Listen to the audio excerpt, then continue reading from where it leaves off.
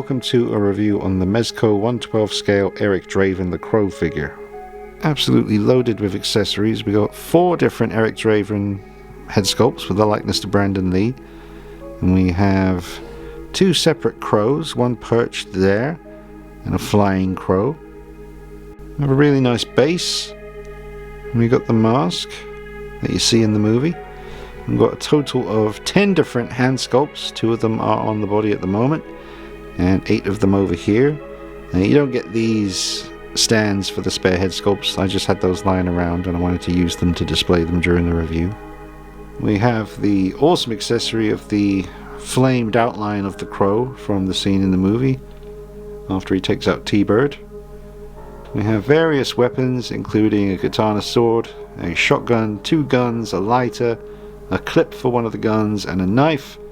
We have Gabriel the cat, and we have Eric's guitar and the Eric Draven gravestone, which is very high quality. It looks excellent.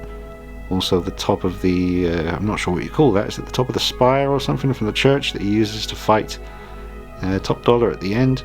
And just my old VHS of the crow that I have there just for decoration. To me, The Crow is one of the best comic book movies ever made. Might be my number 1, even though, you know, I love Batman Begins. I think if you were to really make me choose between The Crow and Batman Begins, I would choose, without hesitation, The Crow. It's just a perfect film for me. And some really great memories, and obviously sad memories as well. After what happened to Mr. Lee here, it's a damn shame, because his career would have gone into the stratosphere after this movie, and he was a really decent guy from the looks of things. It's just very sad what happened, but we'll always have this incredible movie to remember him. So I hope you enjoy this review. Please drop a like on the video for me, it'll help more people find the channel, and leave me a comment if you can. Always good to hear from you. I hope you enjoy it. Now, the coat is removable, and it does have a wire running through, so you are able to pose it. Also, those kind of tassels, the leather tassels that come off the coat there to tie it up, you can use those as well, and they have wires in them also. And I'm going to have trouble deciding whether to display him with the coat on or with the coat off, because it's nice to see all the detail underneath the coat with the outfit. But I'll show you both the looks obviously during this review, but I haven't got a clue how I'm going to display him, because obviously with all these different head sculpts as well, which are all really good. I think my favourite would be the aggressive one in the back there. That's got a really good likeness. He makes that face quite a bit in the movie. And then we have another one over here, a bit more of a serious expression. All really good though. For 1/12 scale, I'm very impressed with the level of accuracy in the sculpts. Now, the perched crow does perch on the shoulder quite nicely, as long as you just kind of hook one of the feet underneath the collar of his coat here, and that works really well and looks great. Now, by the way, this review is a whole day late because I lost that ring yesterday. I was getting ready to film the review and I was switching the heads around and just doing some stuff, and suddenly I realized I couldn't find it, and I thought, uh-oh, at some point I've given that a knock, because I took it off and set it down on the desk somewhere around here, and then I must have leaned forward as I was arranging this setup here for the beginning of the video, and my sleeve must have caught it and it fell onto the carpet, and it was absolute nightmare trying to find that ring. But I'm so glad I did, because it's such a vital part of his outfit. As small as it is, that is his connection to Shelley. So if I had have permanently lost that ring, I would have been very upset. So do be careful with the ring, folks. The guitar I really like, because the strings are just sculpted as part of the sculpt of the guitar, so they're not separate, they don't move around. I have a couple of 1/6 scale figures, most notably the Blitzway 1/6 scale Kurt Cobain figure that has pretty much real strings on a 1/6 scale guitar, and that is cool, but they do look a bit funky. They're a bit loose and kind of flop around and don't really look the way they should on a guitar, not tight and taut the way they are on the real thing. So I do like the fact that the strings here are just sculpted. They're just part of the sculpt, and it just makes them look really tight and very realistic. But the guitar is fantastic, and the gravestone, the detail on that, it doesn't need any weathering or anything like that. It's been done very, very well. Very, very impressed with the guitar and the gravestone. And little Gabriel, the cat. Very nicely done. Really good sculpt, really good paint. Eyes are painted nicely. It's a nice pose as well. Now with any scale figure, if there are fake leather parts, that is always a worry. I don't know how this is going to hold up over the years. The coat, the pants, both fake leather. I don't think it's real leather. I didn't see that on the box. Could always be wrong about that, but I'm assuming it is a fake leather, and experience with that kind of material has never been a very good one. So I'm just hoping that it will last over time, but that will remain to be seen. Hopefully it will be okay.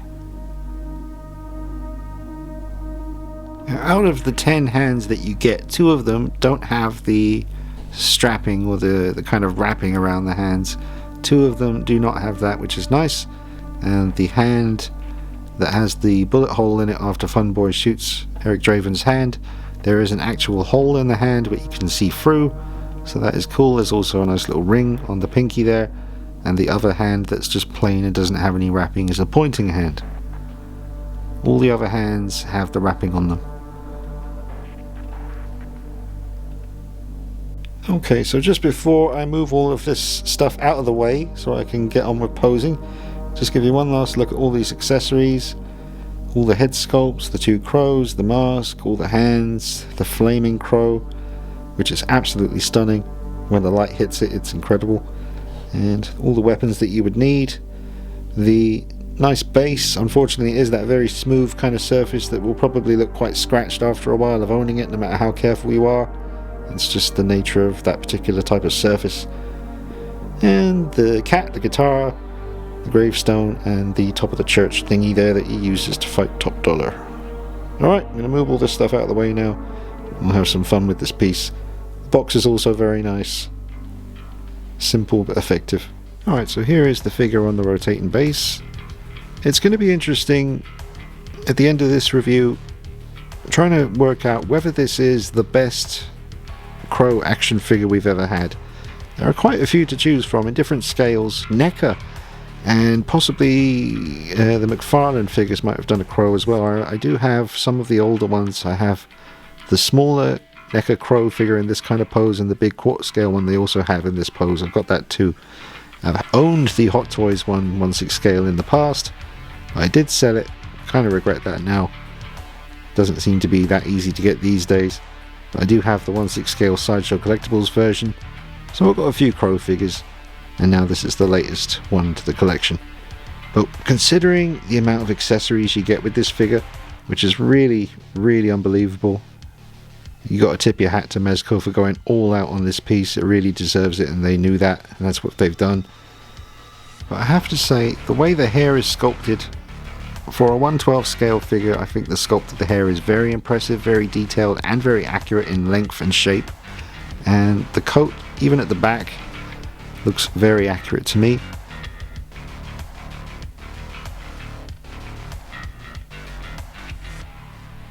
And now we'll just get a close-up look at this head sculpt, which is very reminiscent of the front cover of the VHS that I showed you at the beginning.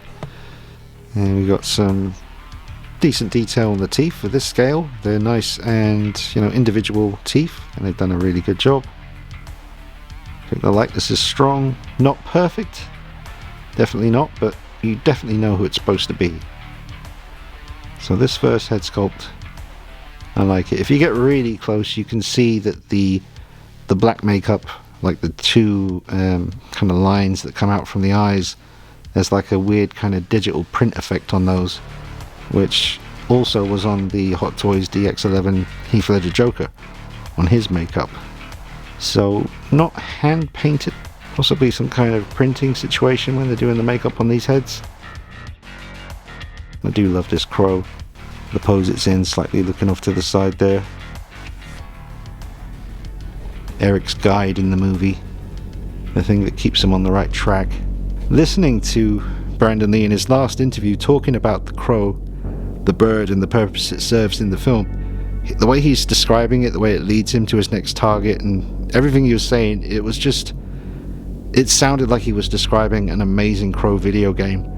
You can imagine that, like a third-person Crow game based in that original Detroit, where the first movie took place. And the Crow would be, obviously leading you to your next objective, and you're just running along the rooftops, jumping. That would have been so cool. We might have had a Crow video game back in the 90s, but it's something I would certainly love to play now. I'm just switching out some parts for a new pose, and I forgot to mention, so I've just seen this now. Fresh out of the box, I had a really nasty black stain on the neck. I guess that was caused by the coat collar.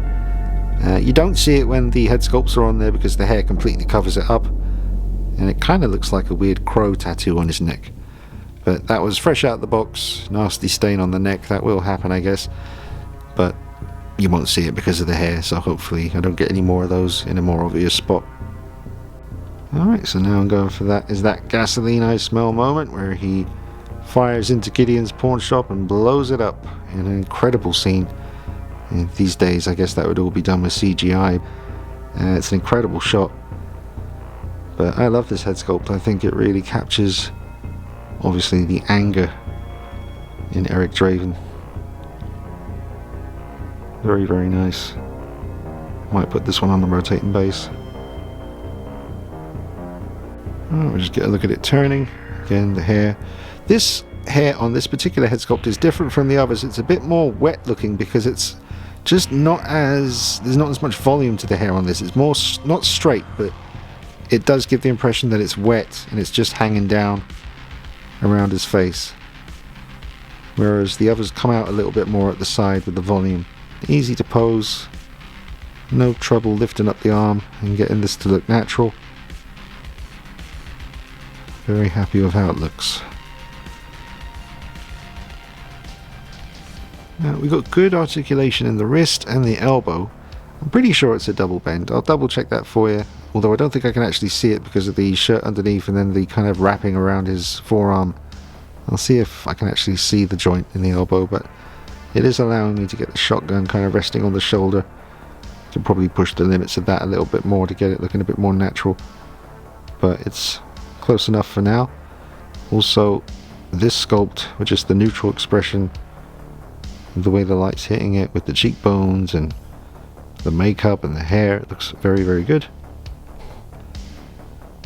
He's walking and balancing well, one foot in front of the other, shotgun on his shoulder. All we need now is the crow kind of flying behind him, and that would be pretty damn epic. Looks nice.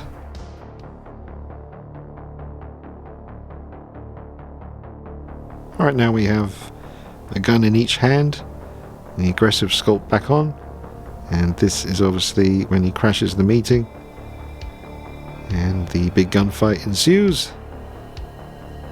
Awesome scene. I saw the extended version of that scene on YouTube, and I think that's one of the rare times where I'm glad they left it the way it was in the actual release. You got a couple of extra lines when he sits on the table and he points at Skank and says, "I just want him." You get a little bit more dialogue there, but it was actually, I don't know, I wasn't too keen on it, so I'm glad they left it the way it was. There's other scenes, extended scenes, and then there's the whole character that was completely left out of the film, the one that kind of tells Eric Draven what he's supposed to do when he comes back to life. It's like a cowboy skeleton thing. I forget now what it was actually called. I watched some videos about that on YouTube recently. Don't know if we'll ever see a version of the movie where they put that back in, but I'm actually really happy with the way, I think the choices they made with the editing was really excellent. I like the simplicity of when he comes out of the grave and the crow, he's scared. The crow, he's confused, cold, doesn't know what's going on, absolutely terrified. And this crow just keeps leading him places and gradually reminds him who he was and why he's come back. So I was happy enough with just the bird guiding him rather than that weird skeleton cowboy dude. I gotta be honest, folks, as much as I am such a massive fan of this movie, I've never actually read the graphic novel. Just haven't got round to it, so I feel a little bit bad for that. One day I'll pick it up and give it a read. But yeah, I'm really happy with all the choices they made in the movie, the way it all worked out. I think it's pretty much a perfect film.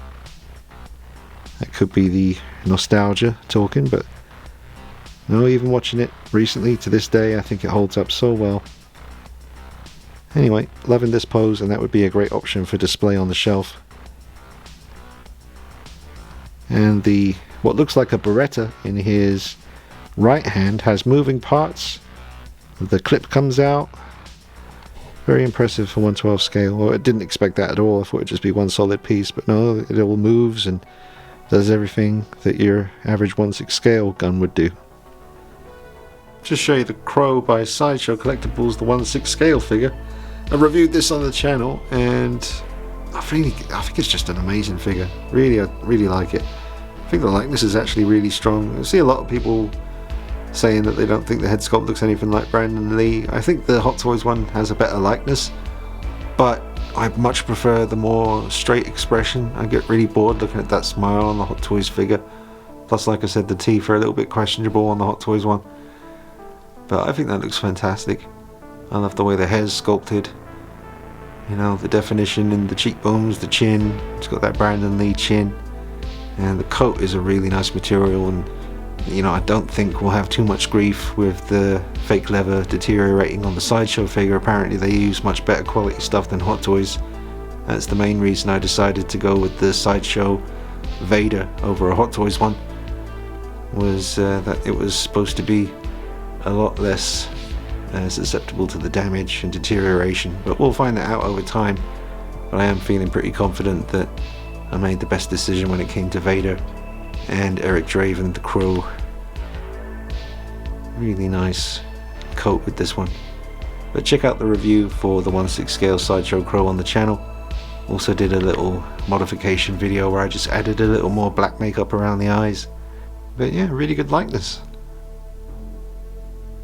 And really good proportions as well. I've seen some people recently making their own Crow figures but using parts of other ones. And people generally tend to really favour this Sideshow body for Eric Draven. When the coat is off, it really does look like his proportions.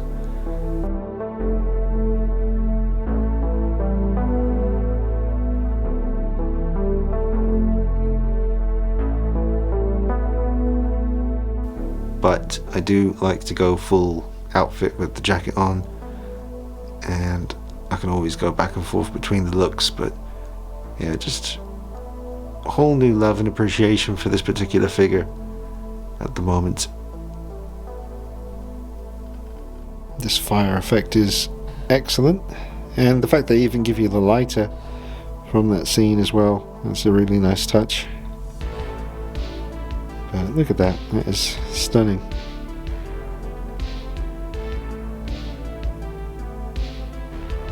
Really, really awesome accessory.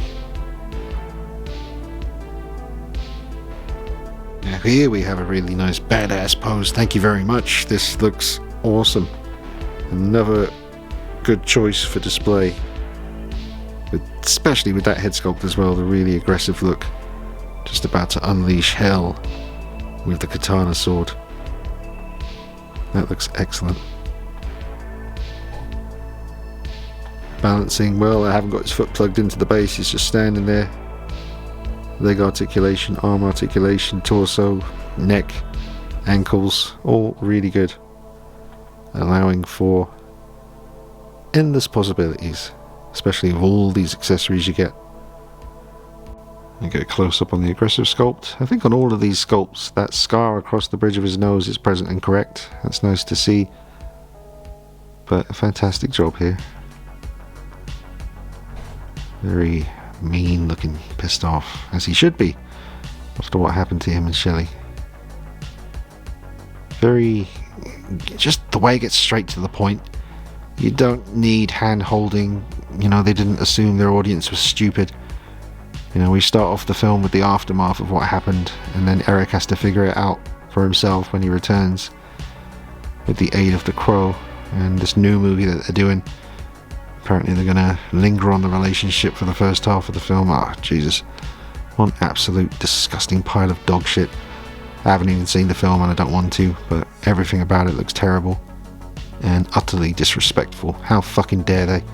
Quite frankly, should have been left alone. I know we got other Crow sequels, but this particular one just feels like a real nasty insult to the legacy of Brandon Lee. That they can't touch that. They haven't got the brains between them to do that, but it still winds me up.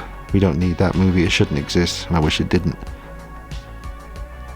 Alright, I've removed the coat, and we have very good proportions here. Very nice effect with the wrapping, which I think was like duct tape in the film. I think it was a deleted scene or something that they just didn't shoot. I'm not sure. I remember reading about what the duct tape was there for. It was Eric bandaging himself up after, I don't know, maybe an encounter with one of the gang or something else. I don't recall too well. I do remember reading about it some years ago, but there is a reason why he's got tape all around his forearms and midsection. If you know in the comments, go ahead and let me know, let everyone else know. But it is part of the iconic look, and it has been recreated very well here by Mezco. And this is the head sculpt with that kind of talking expression, the top teeth showing, the bottom teeth are not showing. It's kind of mid-sentence, or possibly just kind of looking at something. But another really good head sculpt here. And again, I do love the proportions. I think they've done really well. You've also got those gold buttons on his pants, but they're quite small. Smaller than they should be, I think, but they are there.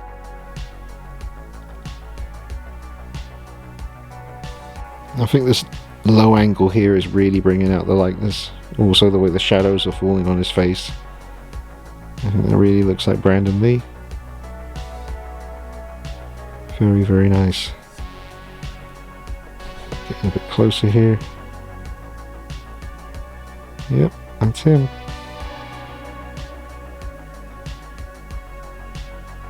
Let's get the Coatless look rotating so we can see the proportions here. You can see some muscle tone in the back as well, with the shoulder blades. Yeah, the 1/12 scale world is definitely a very satisfying one if you're a collector. You can utilize a lot more space with these figures and much easier to manage them. And I swear so many of these 1/12 scale figures I've seen would give 1/6 scale a run for their money. Like the Patriot Studio stuff that I've seen, incredible. Always been a fan of Mezco with their horror figures and comic book stuff, everything really. I've very rarely seen a Mezco 1/12 scale figure that hasn't impressed me. And they really do look after the fans. I mean, the amount of stuff they gave you with this piece and the love that they put into it speaks volumes of the company. But very, very nice. Look at this. This is stunning. So I slept on this figure for a long time.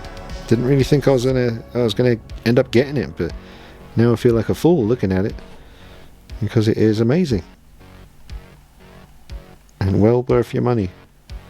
I grabbed this one from Mad About Horror. I don't know if they have any left in stock. They probably do. I think it was like 125 shipped or posted. It's the UK, so there's only like £5 for the postage. So yeah, 125 altogether, and you get so much stuff. Very excellent piece.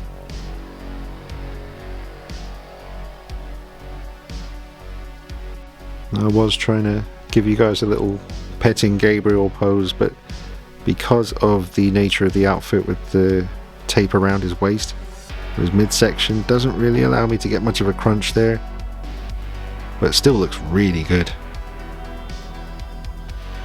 So that is, unless I have him holding Gabriel in his hands, which I think might look a bit strange. And that's my Gabriel pose.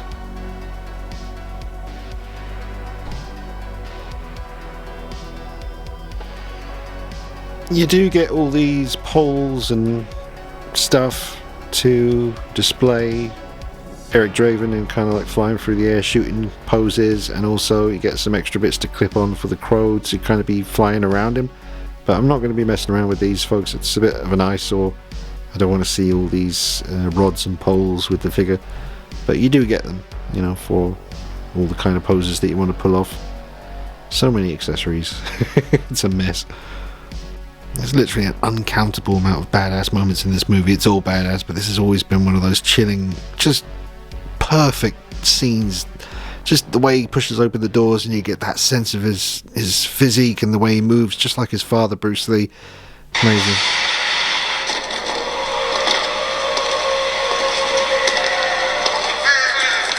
Oh, badass, man. Forget about it. Forget about it. Look at that. Beautiful.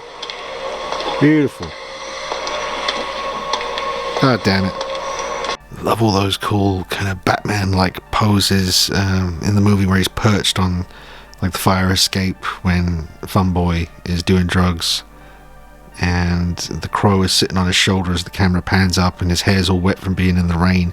That song's playing in the background and you can hear the hotel sign flickering, and the Crow leaves his shoulder and flies up, and he kind of follows the crow of his head and he sees it go up to the window.